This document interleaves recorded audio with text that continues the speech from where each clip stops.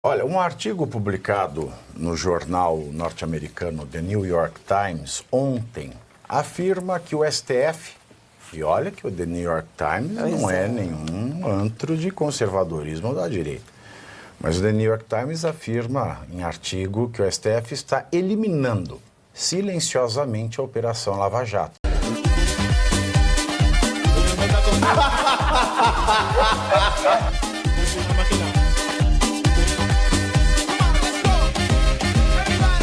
Olha, um artigo publicado no jornal norte-americano The New York Times ontem afirma que o STF, e olha que o The New York Times não é nenhum antro de conservadorismo da direita, mas o The New York Times afirma em artigo que o STF está eliminando silenciosamente a Operação Lava Jato. Estão atrasados, hein? Já acabou.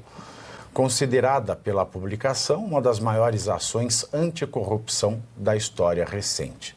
E corrupção é muito mais golpe de Estado do que rojão, né? Vamos combinar. Segundo o texto, o Supremo tem anulado provas cruciais ao suspender condenações, além de adiar bilhões em multas em uma série histórica de casos de suborno. O jornal lembra que os ministros, ao acabarem com a operação, argumentaram que os juízes e promotores envolvidos agiram de maneira tendenciosa. O The New York Times também disse que casos em outros países, como Panamá, Equador, Peru e Argentina, que incluem condenações de vários ex-presidentes, também foram revistos, em reflexo da postura do STF brasileiro. Eu posso só discordar de um ponto só? Claro, fique à vontade. Eu não gostei do silenciosamente. O STF está acabando com a Lava Jato. Com estardalhaço. Estardalhaço, não tem nada de silenciosamente, só isso. É igual Maraponga. Não é discreto. Se fosse discreto, não tem nada de discreto aqui. Mas sabe o que eu acho? Eu acho que a Lava Jato, os argumentos que pró e contras da Lava Jato, eu particularmente fui contra muita coisa na Lava Jato, eu acho que é muita coisa para a gente resumir aqui. O que mais me impressiona nisso tudo não é a Lava Jato em si, são os atos jurídicos perfeitos que ocorreram na Lava Jato, que foram as confissões e os valores encontrados dentro e fora do país, que não tem nada a ver com o resultado da sentença, se o processo era em Curitiba, se era no Macapá, se era em Brasília. Estas confissões, esses valores serem devolvidos para aqueles que deles se apropriaram é um escárnio, é um assinte, é uma vergonha, mais do que a própria Lava Jato. Isso, para mim, devolver aquelas pessoas, presidentes de empresas públicas que choraram em vídeos, ministros, o Palocci disse com detalhes para quem ia, quando ia, o quanto ia, de que forma ia, e esse dinheiro simplesmente pega e devolve tudo. Isso é inacreditável. Não, inacreditável eles fazerem isso, né? Falar, não, essas confissões eram de investigados presos e se confessaram presos era tortura, ao mesmo tempo em que eles desenvolvem uma operação contra o Bolsonaro usando o Mauro Cid preso para fazer delação premiada. A tornozeleira preso e tantas outras pessoas que estão presas, 8 de janeiro, tudo preso. Ou seja, eles não aplicam aos pobres, a essa gente, o direito. Só os bilionários, né? Até parece que tem alguma coisa, né, que eles ganham em troca disso. Até porque fica a impressão, fica essa impressão. Porque que com bilionários é tortura e com quem não tem nada a oferecer fica essa pergunta. Mas ninguém responde, ninguém dá uma entrevista pra gente, né? Só fazem ação entre amigos. O Moro era suspeito. E o Alexandre de Moraes é o quê? Queria atentar contra a vida dele, o nosso Estado, o ministro Estado Alexandre de Moraes, né? O ministro Sol, que ao meio-dia, num céu sem nuvens, reflete todo o esplendor do astro-rei, né, Gisele?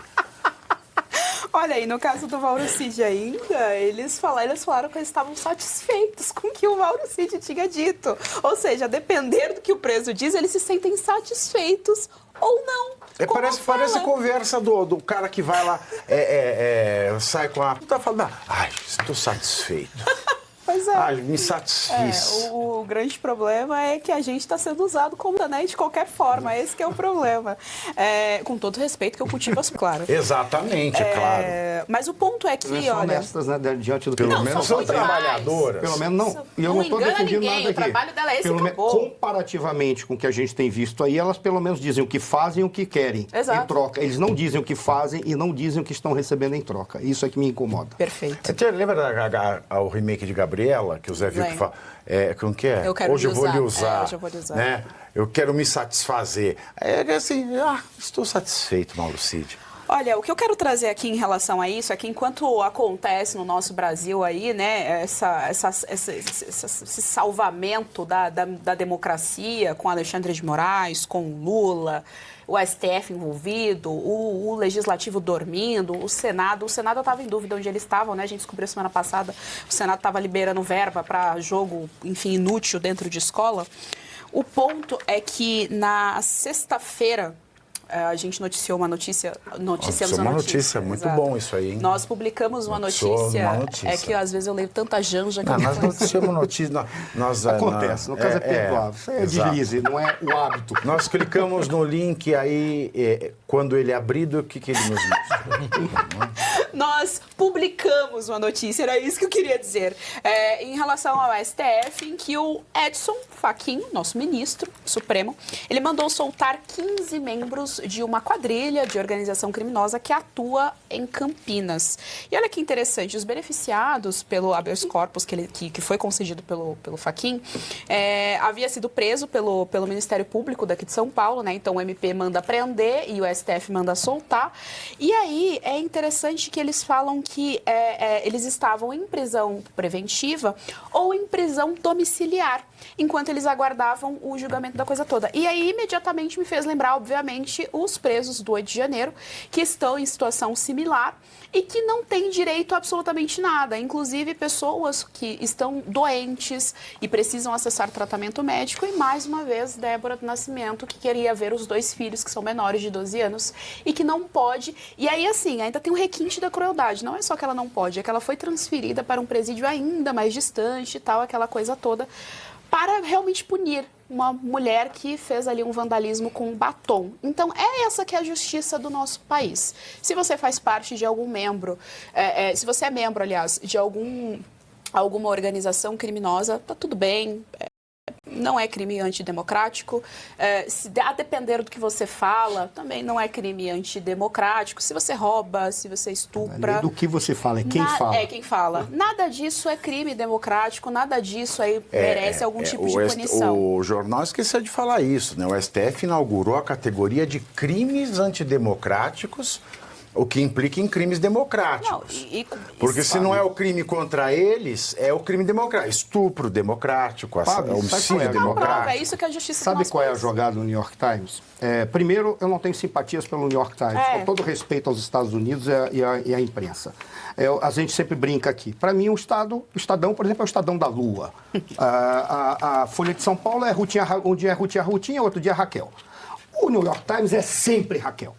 Aí ele coloca algo que ele diz assim: o Supremo Tribunal Federal está silenciosamente. O que ele está querendo? É que ele acha, isso para mim, vindo de quem é Raquel, ele já está planejando estrategicamente alguma ação com o governo norte-americano, porque ele vai sentir que ele vai tomar na cabeça. Então ele já está querendo dar uma recuada e dizer, olha, é tão explícito que eu vou dizer que é silencioso, porque o que eles fizeram no Brasil foi a aplicação ipsis literis do que ocorre na teoria gramsciana.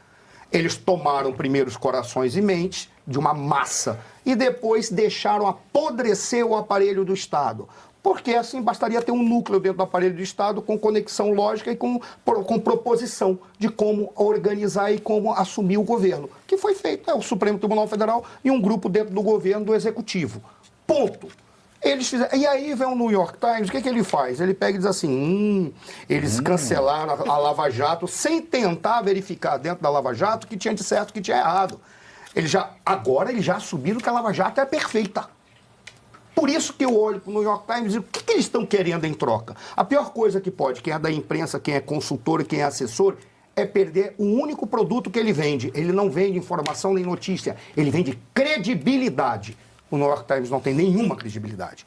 E aí a pergunta que eu faço é, afinal de contas, o que eles estão negociando agora? Provavelmente eles devem estar sentindo, o Trump vem aí, e se vocês prestarem atenção na equipe de governo que o Trump está montando, um último que foi perguntado, tentaram constranger ele, é verdade que o senhor falou que aquelas mulheres que defendem o aborto têm essa e essa configuração? Ele disse, falei. O senhor não acha que é ofensivo? Mas é para ofender. E será um secretário de Estado.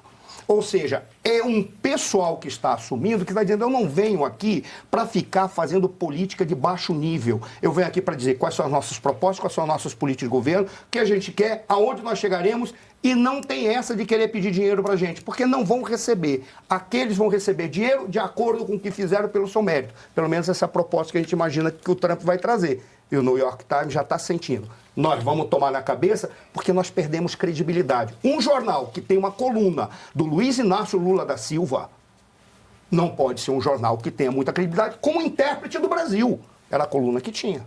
Então não dá para você levar muito a sério. A minha pergunta é, por qual razão ele está denunciando o Supremo Tribunal Federal? Porque o que ele fez é uma denúncia do Supremo Tribunal Federal. Você aceita isso da equipe do governo Trump. Você aceita isso de todos os brasileiros que conseguem contar de 1 até 10. Porque eles conseguem olhar e ver que não tem nada de silencioso, isso é escancarado. Agora, por que o New York Times lançou esse jornal sendo ele Raquel? Ele não é nem Rutinha, jamais, é sempre Raquel. Mas por que ele lançou? Qual é o que está por trás? Quem que está ali junto com o New York Times para dizer, cara, recua? Talvez estejam acenando que alguma coisa vai acontecer aqui no Brasil. Talvez esteja acenando isso. Mas o quê? Porque a gente está desarmado. Desarmado, pelo amor de Deus, ministro, não é com arma, não. Desarmado de espírito, de fé. A gente está desarmado, porque as nossas preces só nos restam as preces, tá? A gente está desarmado até de prece. A gente consegue rezar 4 vezes por dia, porque o senhor não deixa quinta. É verdade. Bom, só resta a cada um dos brasileiros a fé de cada um. Só resta a nós brasileiros as fezes. Não é? É o que sobrou para nós. Porque direito, a lei, ora a lei. Salvo o melhor juízo, o governo norte-americano, ou talvez o cidadão norte-americano, foi muito beneficiado com a Lava Jato. Eles receberam muita coisa de volta. Exatamente. Mas muita coisa, não é? Agora, não o cidadão brasileiro. Não, o cidadão, sim. Mas então, assim, eu não sei se de repente legitimar a Lava Jato possa dar um ar de legalidade, de justiça, né? Porque senão, se não valeu nada, os Estados Unidos têm que devolver. É isso. Não sei se eles estão se importando com isso também. Mas tem os anunciantes, né? Tem os anunciantes. O Luiz Arthur Nogueira, é o seguinte, de acordo com os dados publicados pelo IPEA, com a pressão dos alimentos e a energia elétrica, a inflação acelerou principalmente para os consumidores mais pobres. Cadê o Ministério Público? Isso sim é um crime de ódio no Brasil. Para as famílias com renda domiciliar muito baixa, a inflação acumulada em 12 meses passou de 4,34% até setembro para 4,99% até outubro. A alta é a mais intensa para essa faixa de consumidores desde o início do governo Lula. Já a inflação dos mais ricos desacelerou no mesmo período, em movimento influenciado pela trégua no custo das passagens aéreas. E aí, o governo dos pobres? O governo da picanha, né, Pavia? Aqui a gente explica e descomplica a economia. Essa notícia, Pavia, é muito importante porque ela acaba derrubando a tese do Lula de que dólar caro é problema de rico. E eu já disse aqui várias vezes que dólar caro é problema de pobre, porque o dólar caro encarece energia, encarece combustível, encarece alimentos. Toda vez que o dólar sobe, os alimentos ficam mais caros. Portanto, quando o Lula briga com o Roberto Campos Neto, o Banco Central, e isso pressiona o dólar, ele está atrapalhando o bolso do pobre. Quando o Haddad adia o anúncio do pacote de corte de gastos, e isso eleva o dólar, ele está prejudicando o pobre. Portanto, presidente Lula, dólar não é problema de rico que vai para Disney. Dólar dói no bolso dos mais pobres. Portanto, se você quiser que o dólar baixe, anuncie rapidamente um bom pacote de corte de gastos. Caso contrário, o governo dos pobres vai ser o governo da inflação contra os pobres. Então, primeiro você curte, que é o preço deste programa. Quanto vale o ingresso para ver este palhaço neste picadeiro bonito, vale uma curtida. Vale o seu like, o seu joinha, o seu gostei. Então, a sua obrigação é curtir. Se puder, comente, porque quem comenta ajuda no engajamento. Então, primeiro C é curtir, segundo C é comentar, o terceiro C, o que seria muito louvável, seria você compartilhar. Tem um link que é a setinha, uma setinha assim, meia bomba. Sabe aquela, a setinha da pipa do vovô que se esforça? Você vai lá, copia o link, cola no seu Orkut, no seu Facebook, no WhatsApp, no Telegram, manda sinal de fumaça, pombo correio, não é pombo correio do banheiro, é o pombo correio que leva as mensagens, você passa para todo mundo que você gosta, para quem você não gosta, você também passa. Então, ó, curtiu, comentou, compartilhou. E se puder, se quiser, se o seu bolso comportar e se seu coração assim permitir, contribua com este programa que vai substituir o Jornal Nacional. Olha que pretensão maravilhosa, hein? Se liga, ô Bonner, nós vamos derrubar o Jornal Nacional. Esta é a meta.